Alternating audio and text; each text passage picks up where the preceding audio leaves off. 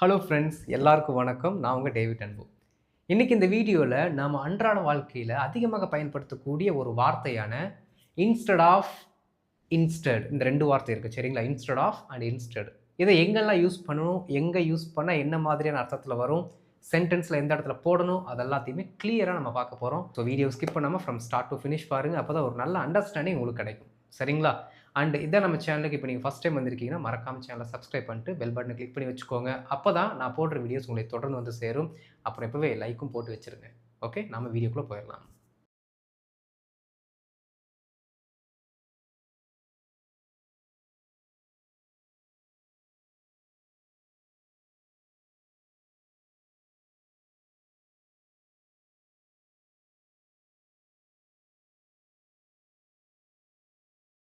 Friends, இந்த வார்த்தைகளை நாம் அதிகமாக பயன்படுத்துகிறோம் அண்டு கேட்கவும் செய்கிறோம். Instead of, instead. அதாவதுங்க, இதோட தமிழ் அர்த்தம் பார்த்தீங்கன்னா ரொம்ப சிம்பிள். என்ன அப்படின்னா, ரெண்டுத்துக்குமே ஒரே வார்த்தை தான். பதிலாக, ஓகே, இல்லாட்டி மாறாக அப்படின்னு நம்ம சொல்லுவோம் சரிங்களா? மாறாக அப்படிங்கிற வார்த்தை எடுத்துக்கிட்டிங்கன்னா உங்களுக்கு நல்லா ஈஸியாக அண்டர்ஸ்டாண்ட் ஆகும். ஏன்னா பதிலாக அப்படின்னு வரும்போது என்ன ஆகும்னா, சில சமயங்களில் இந்த பதில் அப்படிங்கிறதுக்கு நம்ம இன்னொரு வார்த்தை வச்சுருக்கோம், ஆன்சர். ஓகே, ஆனால் இந்த இடத்துல என்ன அர்த்தத்தில் வருதுன்னா, ஆல்டர்னேட்டிவ் அப்படிங்கிற அர்த்தத்தில் தான் வருது. மாற்றாக, மாறாக சரிங்களா? ஆனால் ஒன்று நல்லா கவனிக்கணும் ஃப்ரெண்ட்ஸ், இந்த இன்ஸ்டெட் ஆஃப் அப்படிங்கிற வார்த்தை வெறும் மாறாக, வெறும் பதிலாகன்னு வராது. ஆனால் இன்ஸ்டெட் அப்படியே தான் வரும். அப்போது இன்ஸ்டெட் ஆஃப் அப்படிங்கிற வார்த்தையை நீங்கள் கம்ப்ளீட் பண்ணணும்னா முன்னாடி அதற்கு அப்படிங்கிற ஒரு வார்த்தை நீங்கள் ஆட் பண்ணித்தான் ஆக வேண்டும். அதற்கு அப்படிங்கிற வார்த்தை கட்டாயமாக நீங்கள் ஆட் பண்ணணும். அப்போ தான் அதோட மீனிங் கம்ப்ளீட் ஆகும். இப்போ எப்படி மாறிடுச்சு? அதற்கு பதிலாக, அதற்கு மாறாக, அதற்கு பதிலாக, அதற்கு மாறாக. இப்படி நான் சொல்லும் பொழுதே உங்களுக்கு ஒரு ஐடியா வருமே, அதற்கு மாறாகனா எதற்கு மாறாக? கேட்குறோமா? கேள்வி வருதுங்களா? அதற்கு மாறாகனா எதற்கு மாறாக? அப்போ கட்டாயமாக ஏதோ ஒன்று நாம் அங்கே இணைத்தால் தான் அது கம்ப்ளீட் ஆகுது அப்படிங்கிறதையே நம்ம புரிஞ்சுக்கிறோம் பேசிக்காகவே. அப்போது இது கூட நாம் என்னென்ன வார்த்தைகளை போடணும் அப்படிங்கிறதையும் நம்ம தெரிஞ்சுக்கணும். நல்லா கவனிக்கணும் ஃப்ரெண்ட்ஸ். இந்த இன்ஸ்டெட் ஆஃப் அப்படிங்கிறதே பார்த்தீங்கன்னா இங்கிலீஷில் ப்ரிப்போசிஷனல் ஃப்ரேஸ்ன்னு சொல்லுவாங்க. Prepositional phrase. ஏன் ப்ரிப்போசிஷனல் ஃப்ரேஸ்? ஆஃப் அப்படிங்கிற ப்ரிப்போசிஷன் இருக்குது அதனால் சரிங்களா? இந்த இன்ஸ்டெட் ஆஃப் அப்படிங்கிற வார்த்தை எப்பொழுதும் ஒரு நவுன், ஒரு ப்ரொனவுன், இல்லாட்டி ஒரு ஜெரண்டை தொடர்ந்து தான் என்ன பண்ணும்? அமையும்.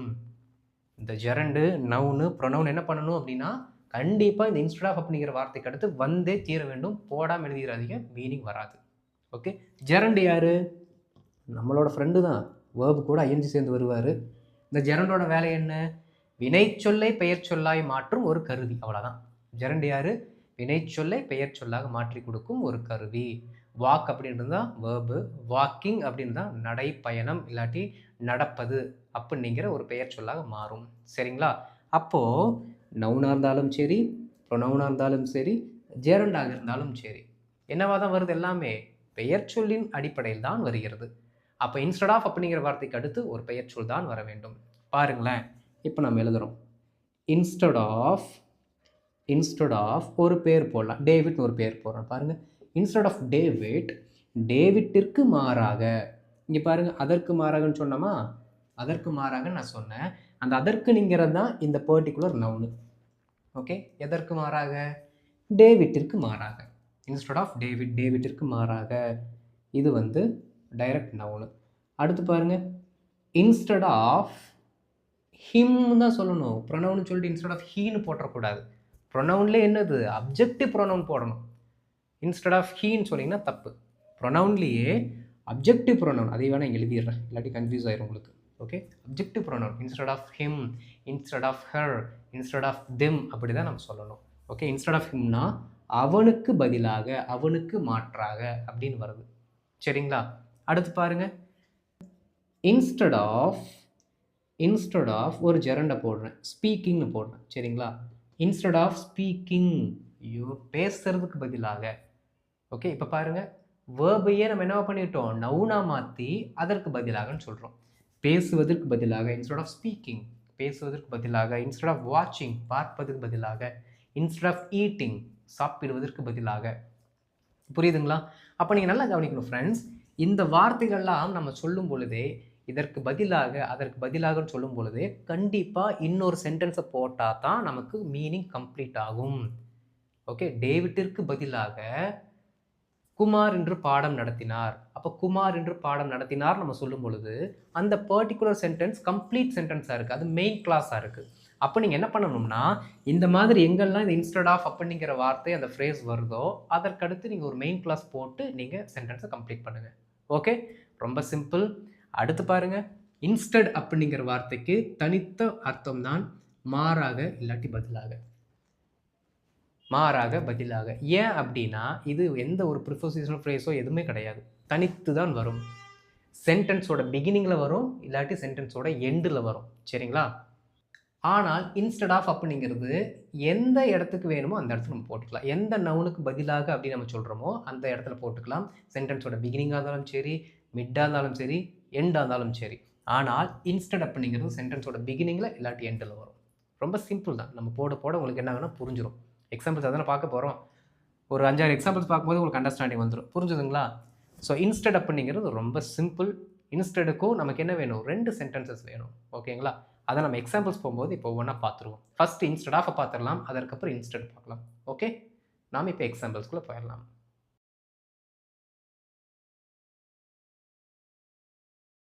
இப்போ ஒரு சில எக்ஸாம்பிள்ஸ் நம்ம பார்க்கலாம். பாருங்களேன். காபிக்கு மாறாக நான் தேநீரை அருந்துவேன். காஃபிக்கு பதிலாக டீ குடிப்பேன் அப்படின்னு நம்ம சொல்கிறோம். நல்லா கவனிக்கணும் ஃப்ரெண்ட்ஸ். எந்த இடத்துலலாம் இந்த மாறாக அப்படிங்கிற வார்த்தை வருதோ அதற்கு முன்னாடி இருக்கிற வார்த்தை பாருங்கள். அந்த வார்த்தை தான் நாம் இன்ஸ்டெட் ஆஃப் அப்படிங்கிற அந்த வார்த்தை கூட சேர்க்கணும். சரிங்களா? எப்படி? மாறாக அப்படிங்கிற வார்த்தைக்கு முன்னாடி எது வருதோ பாருங்கள். இங்கே பதிலாக இருக்குது, பதிலாக முன்னாடி வந்து பேசுவதற்கு அப்படின்னு இருக்குது. இங்கே மாறாக அதற்கு முன்னாடி அவர்களுக்குன்னு இருக்குது. ஓகே, ரொம்ப சிம்பிள். அடுத்து இந்த மாறாக அப்படிங்கிற வார்த்தைக்கு அடுத்து இருக்கிற வாக்கியத்தை பாருங்கள். அதைத்தான் நாம் ஃபஸ்ட்டு போடணும். ஓகே, இல்லையா இதை ஃபஸ்ட்டு போட்டுட்டு நீங்கள் அதற்கு அடுத்து அந்த முழு வாக்கியத்தை போட்டாலும் மீனிங் கரெக்டாக தான் வரும், தப்பு வராது. ஓகே, ஏன்னா ஸ்போக்கன் தானே, ஸ்போக்கன் எப்படி மீனிங் டெலிவர் ஆகிடும். சரிங்களா? ஸோ இது வந்து கம்ப்ளீட் சென்டென்ஸ். அது என்ன டென்ஸில் வேணாலும் இருக்கலாம், தப்பு கிடையாது. என்ன டென்ஸில் வேணாலும் வரும், அது கரெக்டாக தான் இருக்கும். ஓகே, பாருங்கள். நான் தேநீரை அருந்துவேன் காஃபிக்கு பதிலாக, காஃபிக்கு மாறாக. ஓகே, நான் தேநீரை அருந்துவேன். அதை நம்ம ஃபஸ்ட் எழுதிடலாம் கம்ப்ளீட் சென்டென்ஸை. Okay, I will have tea. அவ்வளோதான். நான் தேநீரை அருந்துவேன், ஐ வில் ஹாவ் டீ. எதற்கு மாறாக? காஃபிக்கு மாறாக. ரொம்ப சிம்பிள். காஃபிக்கு மாறாக. அப்போ instead of coffee, instead of coffee. அவ்வளோதான். பாருங்கள். I will have tea instead of coffee. I will have tea instead of coffee. காஃபிக்கு பதிலாக நான் டீ குடிப்பேன் அப்படின்னு நான் சொல்கிறேன். அடுத்து பாருங்கள். Instead of coffee I will have tea. Instead of coffee I will have tea. இதுவும் கரெக்டு. இன்ஸ்டெட் ஆஃப் அப்படிங்கிறது இங்கே தூக்கி போட்டாலும் மீனிங் வரும், தப்பு இல்லை. ஓகே, எப்படி வேணாலும் பேசுங்க. ரைட். பேசுவதற்கு பதிலாக பாடலை கேள். இங்கே நல்லா கவனிக்கணும். பாடலை கேள் அப்படின்னு சொல்லியிருக்கோம். இதுவும் பார்த்தீங்கன்னா ஒரு கம்ப்ளீட் சென்டென்ஸ் தான். ஆனால் என்ன? ஒரு கட்டளை வாக்கியம், இம்பரேட்டிவ் சென்டென்ஸ். ஓகே, பாருங்கள். பேசுறதுக்கு பதிலாக பாட்டை கேளு அப்படின்னு நம்ம சொல்கிறோம். ரொம்ப சிம்பிள். பாடலை கேள். Okay, listen, listen to the song. அவ்வளோதான். Listen to the song. Listen the song சொல்லக்கூடாது. லிசன் வந்தாலே டு அப்படிங்கிற வார்த்தையை போட்டுறணும். அந்த ப்ரிப்போசிஷன் கண்டிப்பாக வந்தே ஆகணும். Listen to the song. எதற்கு மாறாக? பேசுறதுக்கு பதிலாக. ஓகே, இன்ஸ்டெட் ஆஃப் பேசுவதற்கு அப்படிங்கிறதுக்கு இங்கிலீஷ் என்ன சொல்லுவோம்? ஸ்பீக்கு. அப்போ ஸ்பீக்கிங் அப்படிங்கிற ஜெரண்டை தான் நீங்கள் போடணும். ஓகே, இன்ஸ்டெட் ஆஃப் ஸ்பீக்கிங் இல்லாட்டி இன்ஸ்டெட் ஆஃப் டாக்கிங் சொன்னாலும் கரெக்டு தான். ஓகே, பாருங்கள். Listen to the song instead of speaking. Listen to the song instead of speaking. இன்னொரு ஆங்கிளில் நீங்கள் சொல்லலாம். Instead of speaking listen to the song. Instead of speaking, listen to the song. Just listen to the song. Simple. அவர்களுக்கு மாறாக நாங்கள் வந்தோம்.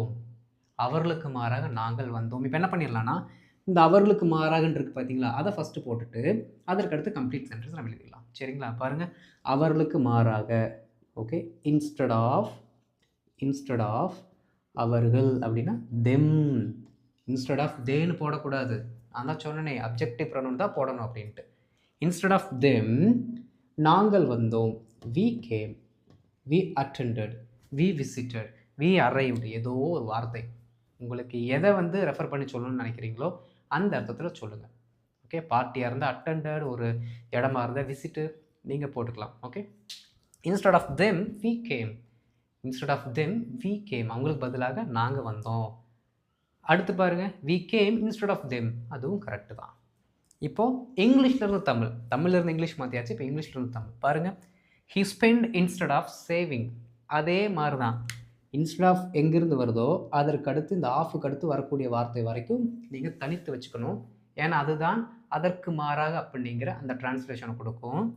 He spend அப்படிங்கிற மீதி இருக்கிற வார்த்தை ஒரு கம்ப்ளீட் சென்டென்ஸ். பாருங்கள், he spend instead of saving, he spend instead of saving. பாருங்கள், ஹீ ஸ்பெண்ட் அப்படின்னா அவன் செலவழித்தான். ஓகே, அவன் செலவழித்தான். ஓகே, அதுவுமே பாருங்களேன், செலவுன்னு மட்டும் சொல்லலை, செலவு அழிச்சான் அப்படின்னா அழிச்சு போட்டான், டெஸ்ட்ராய் பண்ணிட்டான்னு அர்த்தம். அதுதான் வீண் அழித்தல் அப்படின்னு சொல்லுவோம். அவன் செலவழித்தான் இன்ஸ்டெட் ஆஃப் சேவிங், அதற்கு மாறாக. எதற்கு மாறாக? சேமிப்பதற்கு மாறாக. அப்போ சேமிப்பதற்கு பதிலாக, அவ்வளோதான். சேமிப்பதற்கு மாறாகன்னு எழுதுகிறேன். ஓகே, அர்த்தம் வந்துருச்சு பாருங்கள். அவன் செலவழித்தான் சேமிப்பதற்கு மாறாக.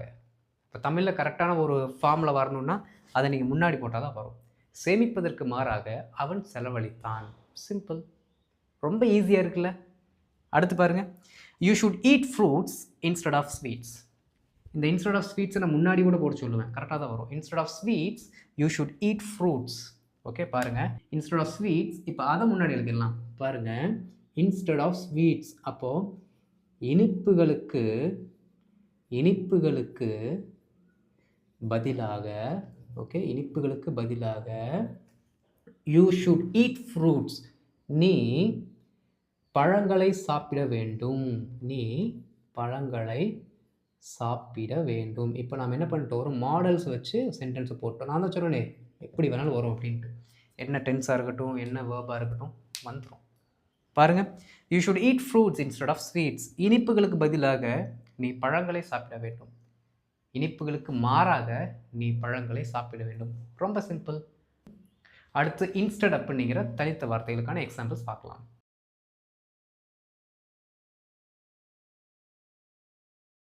ஃப்ரெண்ட்ஸ், இப்போ அடுத்து பாருங்கள், இன்ஸ்டெட் அப்படிங்கிற வார்த்தை கூட நம்ம ஒரு மெயின் கிளாஸ் போட்டு எழுத போகிறோம். இப்போ ரொம்ப சிம்பிள். இந்த இன்ஸ்டெட்னு வந்தாலே மாறாக அப்படின்னு தான் நம்ம பார்த்தோம்.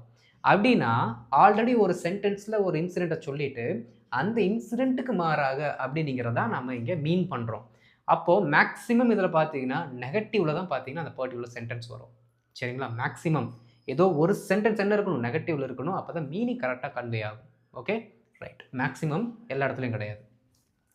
நான் விளையாடவில்லை, மாறாக படித்தேன், மாறாக படித்தேன். இன்ஸ்டெட் ஆஃப் அப்படிங்கிற வார்த்தை இங்கே வராது. ஏன்னா அதற்கு மாறாக நம்ம சொல்லலை, வெறும் மாறாக தான் நம்ம சொல்லியிருக்கோம்.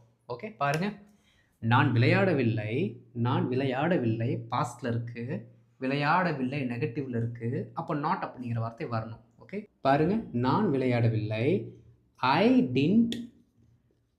Tint play. Okay, full stop. மாறாக இன்ஸ்டெட் படித்தேன் இருக்குது. ஆனால் நாம் ஒரு கம்ப்ளீட் சென்டென்ஸாக தான் எழுதணும். கம்ப்ளீட் சென்டென்ஸ் எழுதுனா தான் மீனிங் அங்கே வரும். சரிங்களா?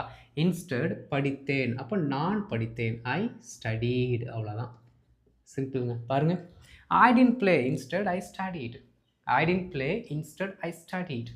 ஓகே, இந்த இன்ஸ்டெட்ங்கிற வார்த்தை இந்த கடைசியில் தூக்கி போட்டால் அர்த்தம் வரும். அதான் ஹைலைட்.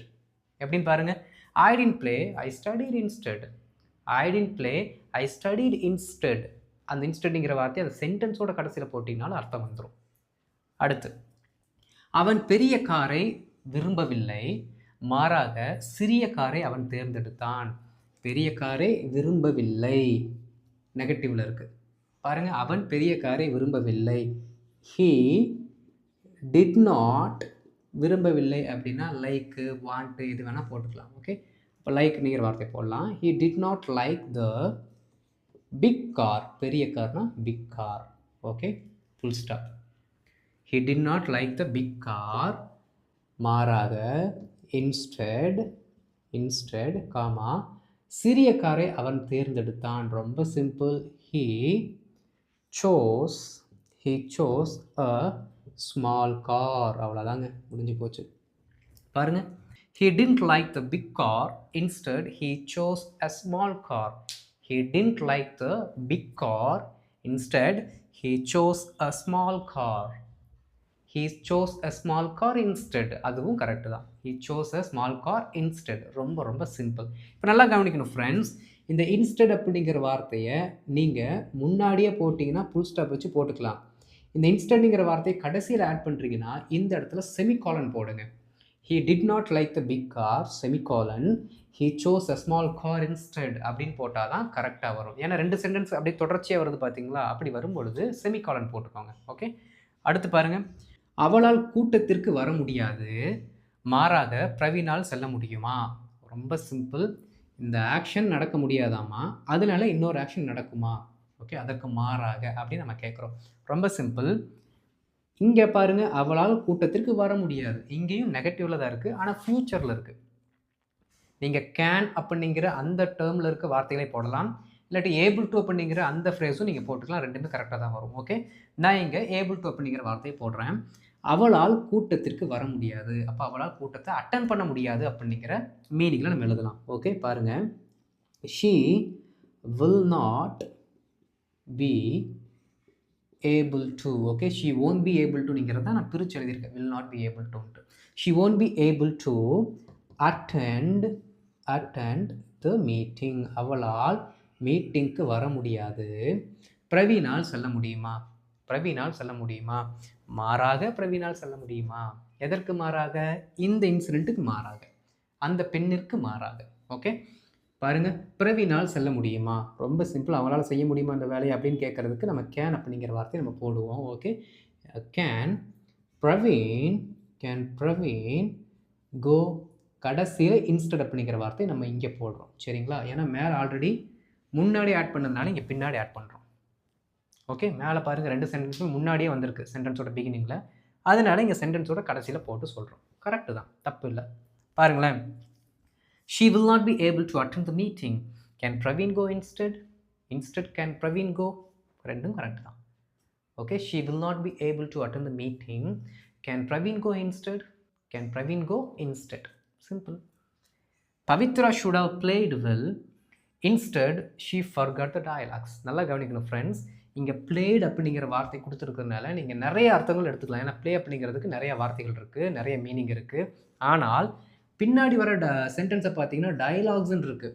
அப்போ டயலாக்ஸ் அப்படின்னா கண்டிப்பாக அது ஏதோ ஒரு மூவியாக இருக்கணும், நாடகமாக இருக்கணும், இந்த மாதிரி இருக்கிறதுல நம்ம டயலாக்னு சொல்லுவோம். அப்போது கண்டிப்பாக இவங்க என்ன பண்ணியிருக்காங்கன்னா அவங்கள ஒரு ரோலை ப்ளே பண்ணியிருக்காங்க, நடிச்சிருக்காங்கன்னு அர்த்தம். ஓகே, அந்த அர்த்தத்தை தான் நீங்கள் எடுத்துக்கணும். கான்டெக்ஸ்ட்டை வச்சு தான் நம்மளால் நிறைய அர்த்தம் வச்சிருக்கிற ஒரு பர்டிகுலர் வார்த்தையோட மீனிங் எடுத்துக்க முடியும். ஓகே, அப்போ இங்கே நடித்தல் அப்படிங்கிற அர்த்தத்தை நம்ம எடுத்துக்கணும். Pavithra should have played well. இந்த ஷுட் ஹவ் அப்படிங்கிற வார்த்தை நம்ம எங்கே யூஸ் பண்ணுவோம்? கடந்த காலத்தில் ஒரு வினை நிகழ்த்தப்பட்டிருக்க வேண்டும், செயல் செய்யப்பட்டிருக்க வேண்டும், ஆனால் அச்செயல் நடக்கவில்லை. அந்த செயலை அவங்க பண்ணலை கடந்த காலத்தில். அப்படி பண்ணாதனால ஒரு ரிக்ரெட்டாக நம்ம என்ன பண்ணுறோம் அப்படின்னா அதை திருப்பி சொல்லி காட்டுறோம். அந்த வேலை நடந்திருக்கணும், நீ குளிச்சிருக்கணும், நீ சாப்பிட்ருக்கணும், ஏன் சாப்பிடாம வந்த? அப்போது அந்த வேலையை அவர் செய்யலைன்னு அர்த்தம். அப்போ பாருங்கள், Pavithra should have played well அப்படின்னா பவித்ரா நன்றாக நடித்திருக்க வேண்டும். அப்போ என்ன நடக்கலன்னு அர்த்தம்? அவன் நல்லா நடிக்கலைன்னு அர்த்தம். நெகட்டிவ்ல மீனிங் வருது. Okay, Pavithra should have played well. Pavithra நன்றாக நடித்திருக்க வேண்டும். அப்படின்னா அந்த ஆக்ஷன் நடக்கலைன்னு அர்த்தம். ஓகே, மாறாக, இன்ஸ்டெட், பதிலாக. she forgot the dialogues. அவள் உரையாடல்களை மறந்தாள்.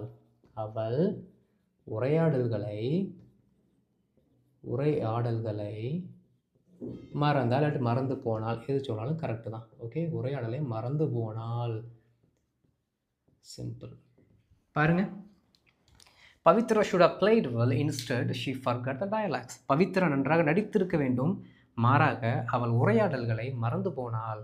அவள் என்ன பண்ணிட்டா? டைலாகை மறந்துட்டா. ரொம்ப சிம்பிள். புரிஞ்சுதுங்களா? அப்போது அப்போ இதற்கடுத்து இன்ஸ்டடாக இருக்கட்டும் எங்கே வந்தாலும் நீங்கள் கரெக்டாக ஐடென்டிஃபை பண்ணி இன்ஸ்டட் ஆஃப்க்கு அடுத்து ஒரு நவுன் ப்ரொனவுன் ஜெரண்டும் இன்ஸ்டட்க்கு அடுத்து ஒரு கம்ப்ளீட் சென்டென்ஸை போட்டு என்ன பண்ணுங்கள், பேச பழகுங்க.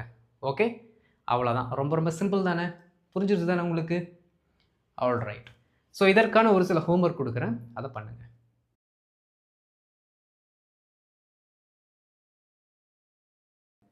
வேலைக்கு செல்வதற்கு பதிலாக வீட்டிலேயே இரு. அவன் மருத்துவத்தை ஒழுங்காக பயிற்சி செய்யவில்லை, மாறாக நேரத்தை வீண் செய்தான். இந்த படத்தை பார்ப்பதற்கு பதிலாக அந்த படத்தை பார்க்கலாம். இந்த படத்தை பார்க்க வேண்டாம், மாறாக அந்த படத்தை பார்க்கலாம். பாருங்கள், ரெண்டுமே ஒரே சென்டென்ஸ் தான், ஆனால் எப்படி அதோட ஸ்ட்ரக்சர் மாதிரி இருக்குன்னு பாருங்கள். அதனால தான் இன்ஸ்டட் ஆஃப் அண்ட் இன்ஸ்டட்ங்கிற வார்த்தையை தனித்து நாம் வேறு சென்டென்சஸில் யூஸ் பண்ணுறோம். ஓகே, இப்போ இதற்கான ஆன்சர்ஸ் எழுதி நீங்கள் காமெண்ட்டில் போடுங்க, நான் பார்த்துட்டு உங்களுக்கு ரிப்ளை பண்ணுறேன். அண்ட் இந்த வீடியோ உங்களுக்கு பிடிச்சிருந்துச்சுன்னா மறக்காமல் லைக் பண்ணுங்கள், மற்றவங்களுக்கு ஷேர் பண்ணுங்கள், அவங்களும் தெரிந்து கொண்டு பயனடைந்து கொள்ளட்டும். இதுதான் நம்ம சேனலுக்கு நீங்கள் ஃபஸ்ட் டைம் வந்திருக்கீங்கன்னா நம்ம சேனலை மறக்காமல் சப்ஸ்கிரைப் பண்ணிட்டு பெல் பட்டனை கிளிக் பண்ணி வச்சுக்கோங்க. அப்போ தான் நான் போடுற வீடியோஸ் உங்களை தொடர்ந்து வந்து சேரும். இதே மாதிரி இன்னொரு இன்ட்ரெஸ்டிங்கான டாப்பிக்கோட உங்களை அடுத்த ஒரு வீடியோவில் பார்க்குறேன். அது வரைக்கும் இந்த டாப்பிக்கை நல்லா ப்ராக்டிஸ் பண்ணுங்கள். ஓகே, அடுத்த வீடியோவில் பார்க்கலாம். தேங்க்யூ.